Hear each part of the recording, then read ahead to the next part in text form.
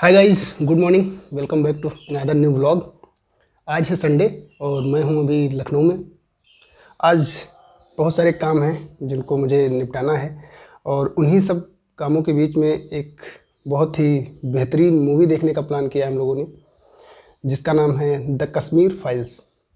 बिना देखे हुए मैं आप लोगों को रिकमेंड करता हूं कि एक बार थिएटर में जाइए और इस मूवी को देखिए, क्योंकि जहाँ तक मुझे लगता है इस मूवी में बहुत हद तक सच्चाई को दिखाया गया है, जो अभी तक हम सिर्फ सुनते और शायद ही कभी महसूस किए हों कि क्या कश्मीरी पंडितों पे क्या अत्याचार हुए होंगे। कहानियों में ही सुना है, न्यूज़ में सुना है, सिर्फ बातें हुई हैं। तो इसके जो डायरेक्टर हैं मिस्टर विवेक अग्निहोत्री, उन्होंने बहुत मेहनत की है। 4 सालों की मेहनत लगी है उनकी इसमें, तो मुझे लगता है उनकी मेहनत इसमें दिखेगी। इसीलिए इन सब कामों के बीच में मैंने टाइम निकाला और आज प्लान किया है इस मूवी को देखने का। मैं ये मूवी कोई एंटरटेनमेंट के लिए देखने नहीं जा रहा, कोई टाइम पास के लिए देखने नहीं जा रहा। स्पेशली मैंने इसके लिए टाइम निकाला है इस मूवी को देखने के लिए, उन कश्मीरी पंडितों पर हुए अत्याचार को समझने के लिए कि कैसा हुआ होगा, क्योंकि मुझे लगता है बहुत हद तक विवेक अग्निहोत्री जी ने इसमें समझा पाया होगा कि क्या हुआ है। तो इसीलिए आज प्लान किया कि चलते हैं और देख कर आते हैं, जानते हैं उस इतिहास को जो लोगों ने झेला है उसको। तो आप लोग भी ज़रूर जाइए थिएटर तक। अभी हम रेडी हैं, मैं हूँ और मेरे हमेशा के दोस्त, हमारे साथी मिस्टर नबिंदु जी भी हैं। वो कल दोपहर में भाग के आए अपने घर से यहाँ तक कि मूवी टिकट को पहले ही एडवांस में हम लोग ऑनलाइन बुक कर लेते हैं, जिससे कि ये ना रहे कि संडे में कहीं हाउसफुल हो जाए या ऐसा कुछ। तो वो आए और ऑनलाइन टिकट बुकिंग की हम लोगों ने, और अभी मॉर्निंग का ही शो जा रहे हैं हम लोग। एक्चुअली क्या है ना कि मॉर्निंग की शो में पहली बात तो ट्रैफिक और ये भीड़ भाड़ कम मिलती है, इस वजह से भी हम लोग मॉर्निंग का टाइम चूज़ किए हैं। और फिर उसके बाद पूरा दिन फ्री हो जाता है, जिससे हम लोग अपने बाकी कामों को ख़त्म कर सकें। तो अभी टाइम को वेस्ट ना करते हुए चलते हैं सीधा थिएटर की तरफ, देखते हैं मूवी और उसके बाद देते हैं आप लोगों को एक फेयर रिव्यू। चलो मिलते हैं थिएटर में। बाइक कभी एकदम चमचमा रही है क्योंकि कल ही सर्विस कराई है हमने, तो साइन कर रही है। तो चलते हैं इसी से अभी।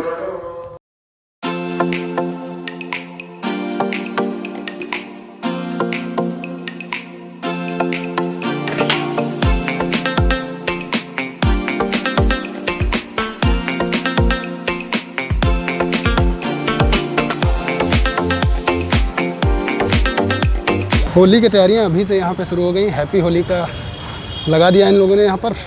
तो यही पुराना हम लोगों का मॉल है, उमराव मॉल। यहीं पे चलकर मूवी देखेंगे। पिछली बार भी यहीं देखे थे हम लोग, इस बार भी यहीं देखेंगे। चेकिंग हो जाए यहाँ पर। सुबह सुबह का माहौल है, भीड़ बहुत कम है, बहुत कम लोग दिखेंगे। दोपहर के बाद तो काफ़ी भीड़ हो जाती है यहाँ पर। ये बिग बाज़ार का रास्ता इधर से।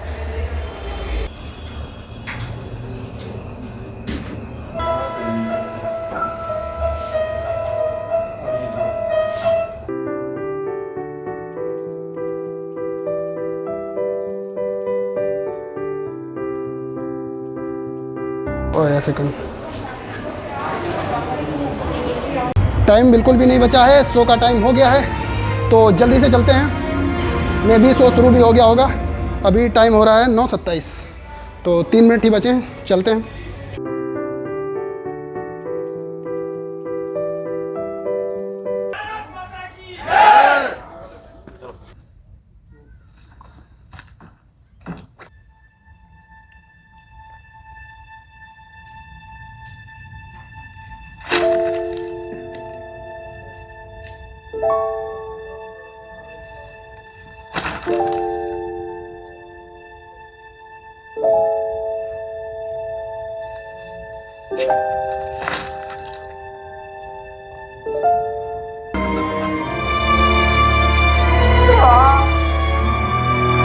पेट्रोल हो चुका है तो सभी लोग हल्के होने आए हैं। नबिंदु को भी हल्के होना था तो वो भी गया हुआ है।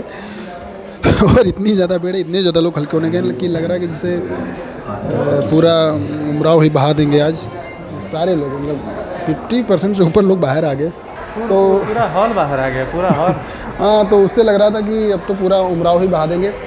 और एक कमी जो खली यहाँ पे हम लोगों को, वो ये खली की मल्टी स्क्रीन वाली। एक्चुअली हम लोग आइनॉक्स में आए हुए हैं, मल्टीप्लेक्स में है। थोड़ा हल्ला ये सब नहीं हो पाता है। हाँ, क्योंकि वो सब शांत बैठे हैं। इस फिल्म को देख के जो इमोशंस बाहर आ रहे थे ना, वो हम लोग एक्सप्रेस नहीं कर पा रहे थे। अगर सिंगल स्क्रीन में होते थे ना, इतना गरियाते कि भर भर के गाली देते, चिल्लाने का मन कर रहा था। एक्चुअली वो मेरा क्या, आप लोगों का भी अगर वो सीन्स देखेंगे ना, तो अगर महसूस करेंगे कि क्या अत्याचार हुए उन लोगों पे, तो चिल्लाने का मन करेगा, गाली देने का मन करेगा। और ये तो एक नैरेटिव सेट कर दिया गया है कि कश्मीरियों को भगाया गया है ना। ये कश्मीरियों को भगाया नहीं, कश्मीरियों का नरसंहार हुआ है। नरसंहार हुआ है, सही बात है। अभी आधी फिल्म हम लोगों ने देखी है। हाँ, अभी और 10% चीज़ें बाहर आई हैं। 10% चीज़ें बाहर आई हैं। फिल्म को देखने के बाद ये सेकुलरिज्म का जो ढोंग है वो पूरा निकल जाएगा हर इंसान के अंदर से। अभी पूरी मूवी देखते हैं हम लोग, और उसके बाद आप लोगों को फाइनल रिव्यू देते हैं। चलिए फिर चलते हैं, अभी तो इंटरवल खत्म होने वाला है। कश्मीर का सच इतना सच है कि हमें हमेशा झूठ ही लगता है। इस इंडिपेंडेंट इंडिया में, इस डेमोक्रेटिक इंडिया में, इस सेक्युलर इंडिया में उन्हें एक बार फिर तलवारों और बंदूकों के जोर पर मार काट के निकाला गया। जो हमने पढ़ा नहीं वो हिस्ट्री नहीं, जो हमने देखा नहीं वो हुआ नहीं, तो कश्मीर में जेनोसाइड हुआ ही नहीं। और कोई सच बोले तो ज्ञान मत पेलो। आज जब ये फंक्शन खत्म होगा तो आप लोग कहां जाएंगे? आपके घर। और हमें हमारे घर जाने से किसका बाप नहीं रोक सकता। लेकिन क्या कश्मीरी पंडितों को वापस अपने घर कश्मीर जाने का मौका मिलेगा? Is this justice? तो अभी हम लोग मूवी देखकर बाहर आ गए मॉल से। एक्चुअली वहाँ पर काफ़ी शोर भी हो रहा था, तो उस वजह से हमने सोचा घर पर चलकर ही रिव्यू करते हैं।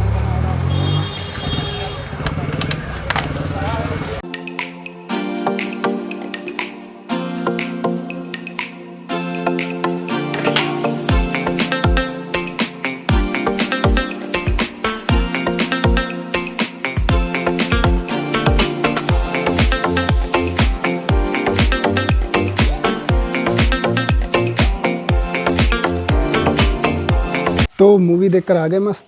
देखो, अगर आप सिनेमेटोग्राफी या कोरियोग्राफी देखना चाहते हैं जैसा कि बाकी मूवीज़ में दिखती है, तो आप बिल्कुल मत जाइएगा। और अगर आप सच्चाई देखना चाहते हैं उन कश्मीरी पंडितों की जिन पर वो अत्याचार हुआ है, तो मैं रिकमेंड करूँगा। वो पहले भी मैंने किया था, आप ज़रूर जाइए। मैं वादा करता हूँ आप स्तब्ध रह जाएंगे देख के। मैं आपको अगर फेयर रिव्यू बताऊँ तो पहली बार मैंने किसी मूवी हॉल में लोगों को इतनी शांति से निकलते हुए देखा था। कई होता क्या है, जब मूवी ख़त्म होती तो काफ़ी शोरगुल हो जाता है, लोग निकलते हैं, बातें होती हैं। लेकिन लिटरली मैं बता रहा हूँ कि लोगों के चेहरे पर एकदम सैडनेस थी। काफ़ी लोग सैड थे, कौन रो रहा था वो मुझे नहीं पता। लेकिन ये मैंने देखा है, और पहली बार देखा है कि मूवी ख़त्म होने के बाद इतनी शांति। और यहाँ तक कि मूवी ख़त्म हो जाती तो जो लास्ट में जो नंबरिंग चलती है, जो डायरेक्टर, प्रोड्यूसर, इन सब के नाम, कास्ट जो होती है उनके सबके नाम चलते हैं, तो वो कोई देखता नहीं है। लेकिन मैंने देखा मूवी ख़त्म हो गई और सभी के सभी जैसे बैठे थे वैसे ही बैठे हैं, क्योंकि इतने अच्छे से फिल्माया और बताया गया है कि आप स्तब्ध रह जाएंगे, जिसको बोलते हैं ना स्तब्ध। तो ऐसी सीन्स हैं कि आप देखेंगे तो एकदम शॉक्ड हो जाएंगे।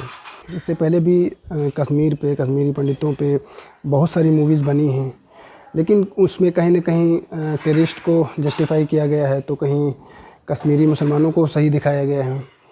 लेकिन पहली बार कोई ऐसी मूवी है जिसमें कश्मीरी पंडितों पे काफ़ी रिसर्च करके इतना अच्छे ढंग से दिखाया गया है। हाँ, तो अभी नविंदु जी आ गए हैं, और बाकी हमने अब तो बताया है कि अपना रिव्यू, अब एक बार इनसे भी पूछ लेते हैं कि क्या है, क्योंकि मैं सबके तो रिव्यू वहाँ नहीं ले सकता था, क्योंकि मैं कोई रिपोर्टर तो हूँ नहीं।